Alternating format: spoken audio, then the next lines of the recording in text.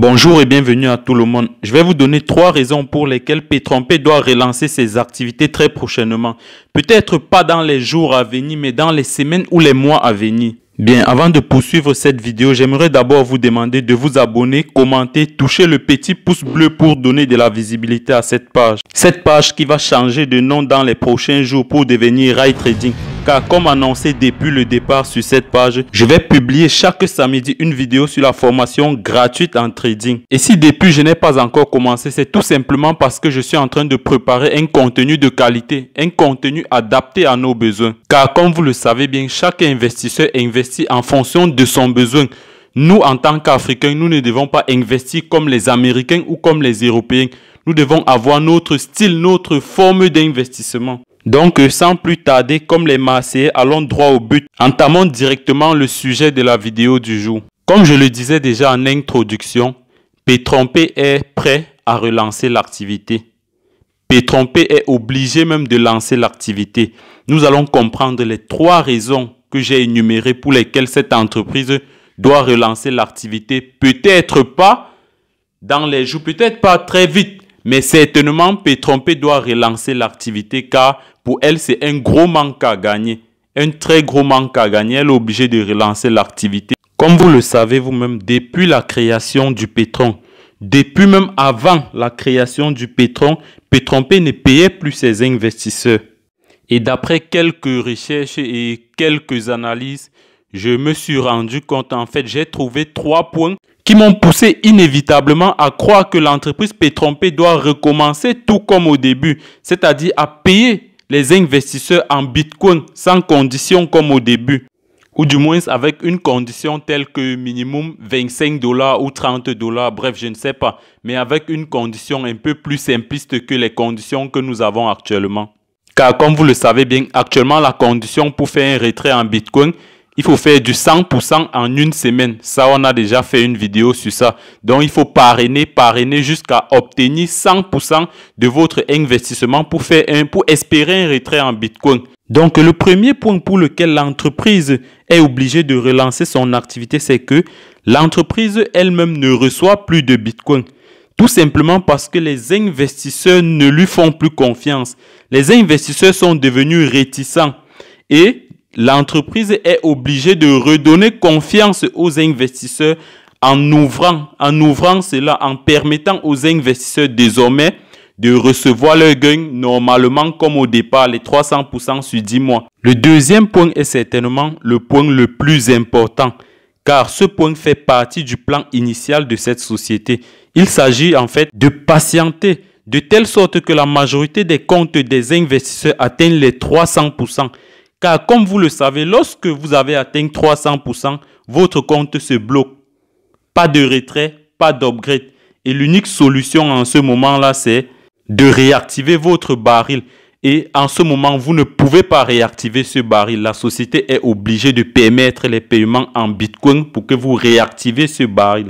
Donc, elle est obligée de recommencer ses activités normalement. Le troisième point qui est aussi important que le deuxième point, fait partie du plan initial de cette entreprise, c'est d'amener les investisseurs à faire des retraits en pétron. Ce pétron qui ne sert absolument à rien car elle n'a pas de valeur.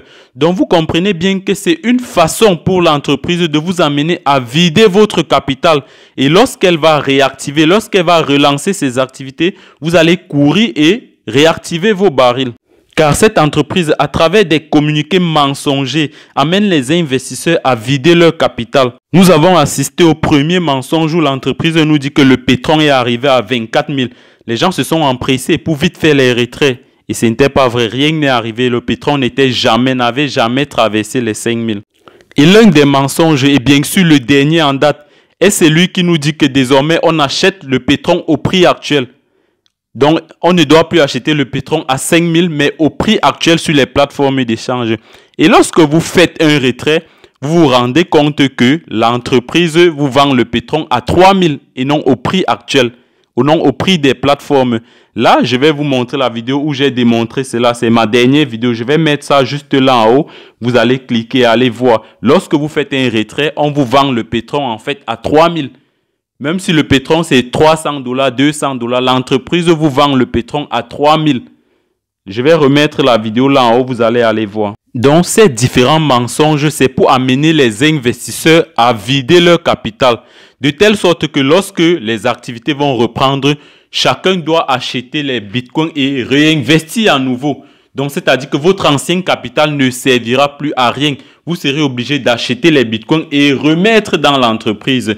Et là, je ne dis pas que c'est ce qui va se passer. C'est le grand scam qui risquerait d'arriver. Je dis bien grand scam parce que jusqu'à présent, Pétrompé n'a pas encore scamé. Mais l'entreprise peut préparer un très grand scam. Donc, j'ai énuméré ces 3 points pour vous faire comprendre que même si Pétrompé reprend normalement ses activités, réfléchissez très bien avant d'investir à nouveau sur cette plateforme. Car d'après mes recherches, cette entreprise a beaucoup d'irrégularités.